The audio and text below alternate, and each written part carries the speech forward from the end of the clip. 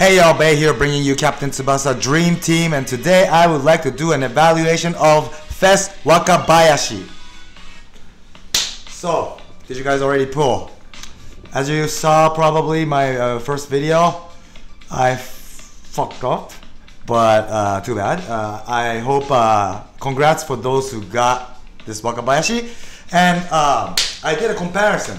On the left is the new Fest Wakabayashi, on the right is 2018 Wakabayashi, who is, as of today, until before this fest came, he was #1 in my ranking. Okay, of course, I know Mueller I think is best, or even Morisaki is better than this Wakabayashi, because this Wakabayashi safety zone, it's, you know, once the people are inside the penalty, your stats goes down drastically, and that's probably why people say Morisaki or Mueller is better, because they can maintain their power for a long time, right? Yeah, I agree. But anyways, so is this Wakabayashi good? My frank opinion is he wasn't as good as I thought he would be. I thought, because this is the very first Dream Fest goalkeeper, plus this is Wakabayashi, one of the main characters of the manga, I thought this guy was gonna be super crazy. That's what I thought, because I even tweeted on Twitter before this fest came on the same day my guess of his stats, and I thought he was gonna be like 17k for catch or something.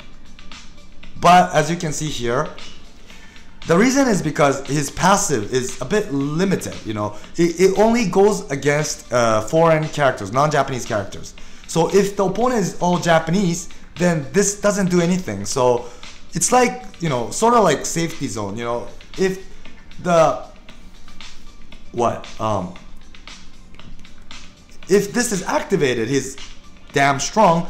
But if not, his stats goes pretty low. Whereas like Mueller or Morisaki, they're not like that, right? So that's the thing. But because he's a Dream Fest, he has no weakness. Everything is at a really high level, even compared to 2018 Wakabayashi, who is supposed to be #1 stat character. No, #1 to be exact is Wakashimazu, I think. But anyways, one of the highest. And even compared to that, everything is above his stats, right?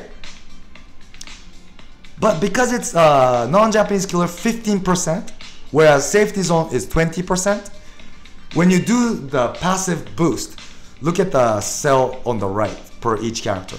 This Fest Wakabayashi, he's more dedicated to catch, and his catch will become 14,942, whereas 2018 is 14,418. So the gap between these two is more closer now because of safety zone being 20%. Yeah. So okay, and yeah, and if you look at this Fest Wakabayashi jumping SGGK, this skill is 490 at max, whereas perfect SGGK is 510. So if for those who have 2018 Wakabayashi and can give that perfect SGGK to Fest Wakabayashi, then it's gonna be the perfect Wakabayashi, the best Wakabayashi. Well, it's hard to say because, you know, if you face Japanese, he's not gonna be the best. So yeah, it's really hard. But to make him strong, the strongest Wakabayashi, you need perfect SGGK. That's for sure. But to give perfect SGGK, that means you'll lose that 2018 Wakabayashi, who is still strong even after this fest. As you can see, the difference isn't that big. Okay. So yeah, so I'm gonna do a comparison between Fest Wakabayashi jumping SGGK versus 2018 Wakabayashi perfect SGGK. If you do this comparison, what's gonna happen? So if this Fest Wakabayashi with jumping SGGK level 99 goes up against non-Japanese, his stats overall will become 73k, 73.2k. Whereas 2018 Wakabayashi perfect SGGK, safety zone activated, it's gonna be 73.5. So actually, 2018 Wakabayashi is still better if you do this comparison, okay?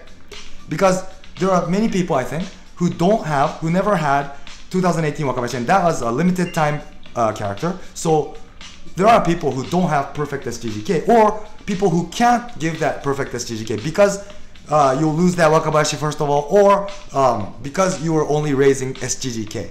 You know, there's those people too, like my Japanese account. So for those people, this comparison is more, I think, relevant, right? So if you do this, it's about the same. So it's just the matter of which you think is better, non-Japanese killer or safety zone. Safety zone, it goes to everyone. But once the opponent is in the penalty box, your stats will go down to 61k. Whereas Face Wakabayashi, if your opponent is like a Japanese team, then you have to face them with 63k all the time. So there are pros and cons for both of them. And today, I know it's really, people are starting to raise their golden duo or like S rank pass or even drive pass A, 80 and stuff like that. So people are starting to manage to get into the penalty box. Yeah, more than before because their passes are getting higher. But you know, if for those who failed to get this Face Wakabayashi but has 2018 Wakabayashi, you don't have to be so pessimistic because there are ways to think that this Wakabayashi, 2018 Wakabayashi could still be of use because, well, first of all, because this 2018 Wakabayashi is a safety zone holder, what you have to do is build a team that will prevent opponent from coming into the penalty box. So like use Kaots or like use Bunnak, who has auto intercept, and raise those auto intercept skills. Then it's gonna be harder for the opponent to get in, right? Of course you have to have Kaots and Bunnak, but yeah, that is one way. And another way of thinking is this Red Wakabayashi, to make him the strongest, give him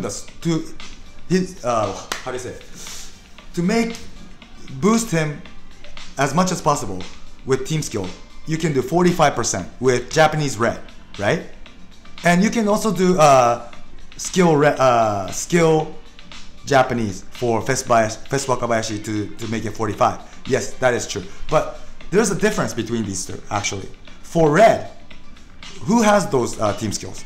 It's 2018 Hyuga, 2018 Ishizaki, and the recent Soda. These three characters, right? And these three characters are quite easy to use. Whereas for green, the people who have green Japanese boost 15 is, I forgot which, but it's Masao or Kazuo, 2018. And another one is Tsubasa, 2018 Tsubasa, and the recent Sorimachi, the hidden ability Sorimachi. These three has it. So if you put these three, you'll be able to do 45. That is true. But the thing is, for Tsubasa, right? If you use 2018 Tsubasa, that means you won't be able to use other Tsubasa. And there are so many good other green Tsubasas, like the recent the boost, you know, that thing that came with Roberto, the green Tsubasa, that is way stronger. And the very initial Captain Tsubasa, that is also, I think, stronger than 2018 Tsubasa, to be honest, because of his hidden ability being so important as a team. Yeah, so by creating 45%, you'll have to sacrifice those good Tsubasas. Not only that, but another 15% boost holder is Masao or Kazuo, I forgot which. And this guy, because he's a twin, his moves are always, you know, it requires Jito or the other twin. So it's really hard. You have to put like Jito and another guy. And it has to be green. So it's really hard to build this. So if you think about that, there are ways to think that you can still fight with 2018 Wakabayashi. That's how I think. Although Face Wakabayashi, you have to admit, is the #1 GK in the game, up to date, I think. But to be honest, maybe Mueller might still be #1. To be honest, frankly speaking. I don't know. I haven't used it. I haven't fought against it. It's day one. It's the day of Dreamfest. I'm shooting this video, so I'm not sure. I haven't fought him. But from looking at the stats, the figures, Mueller might be. I should put it this way. Mueller might be more easier to use because this Wakabayashi, as I've been saying, if the opponent is all Japanese, you have to fight with like 60-something K stats. Overall catching stats, right? But Mueller, whoever your opponent, wherever they shoot from, it doesn't matter. At the first part, you'll always get 73K approx with windmill 99, right? So if you think about that, right, it's really difficult. But as a skill type, this is definitely for sure. This Wakabayashi is number one by far. That is for sure. Yeah. And so because the passive is really, limited, it's hard to evaluate him, If this Wakabayashi faces non-Japanese players like European team or like South American team, then this guy will be OP. But I don't know, because there are so many red non-Japanese forwards that are really strong, like that recent Santana, not the 2018, the one before, that gets 30% boost to the skill power. Or like Fess Cliver is strong too. And even, he's not a forward, but Roberto Carlos is also strong. And he's red, right? So I don't know if this Wakabayashi can stop those yet. I haven't seen it, I haven't heard it, but we'll see. Because they're red type, although Wakabayashi gets buffed 15% because they're non-Japanese, but they're red and they're strong. So I don't know how this will turn out to be. Yeah. So that is how I evaluate this Dreamfest Wakabayashi. This Dreamfest Wakabayashi is good. This is for sure, no doubt about that. But it's limiting. So versus non-Japanese, it's strong for sure. Versus Japanese, it's strong. It's strong. Even without the buff, it's strong. And because there's not so many killer forwards that are red, yeah, it might be easy for this Wakabayashi to face the Japanese team, because most of the strong Japanese team people are using probably Fess Hyuga or like Tachibana Twin, right? So if it's like Kazuo or Hyuga, then it's they have disadvantage for type against this Wakabayashi. So even if he doesn't get the Japanese buff, non-Japanese buff, he still will probably stop these characters. I don't know, but I think he'll be able to fight against these characters. So the biggest threat to this Fess Wakabayashi will be 2018 Masao. He's red and he's the #1 shooter. And Aoi, 2018 Aoi. That guy is strong from before and it's red. And maybe WI Nitta. And maybe Nankatsu Tsubasa, 2018 Red Tsubasa, maybe them. They have pretty high stats. They didn't reach 60K on my ranking, but they were like 59.8K. So that's like almost like 60K. So they might be able to make it against this Wakabayashi. So yeah, that's how I think. But for those who are going with skill type team, definitely this is a must-have, and it's a big boost compared to the past skill goalkeepers. That's for sure. So yeah. So how do you guys think? I haven't used it. I might change my mind after fighting against it, or if I get it, if I use it, I might change my mind. But by looking at the stats, that's how I feel. Oh, one last thing.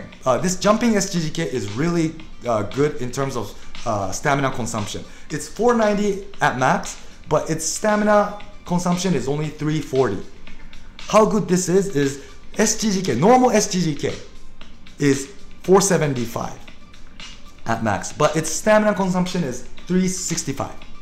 But this jumping SGGK is 340 and it's stronger. Yeah, so this is really good. Stamina efficient. Yeah, that is good.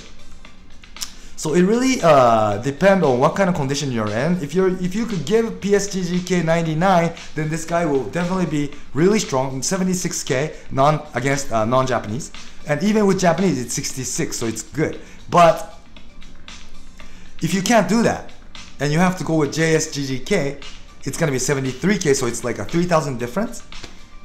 And yeah, or someone like me who's been raising SGGK, it's gonna be 70k. So what do you guys think about that? It's really difficult. You can't do a direct comparison, to be honest. You know, it really depends on what kind of team you have, what other characters you have in the team, all that kind of stuff. So yeah, and who you're going up against. Yeah. So I hope you liked the video. Thanks for watching. Please do subscribe for those who haven't yet, and stay tuned for my future video. I'm gonna be doing a lot of gacha on this Dreamfest for sure. So check it out. All right. Bye.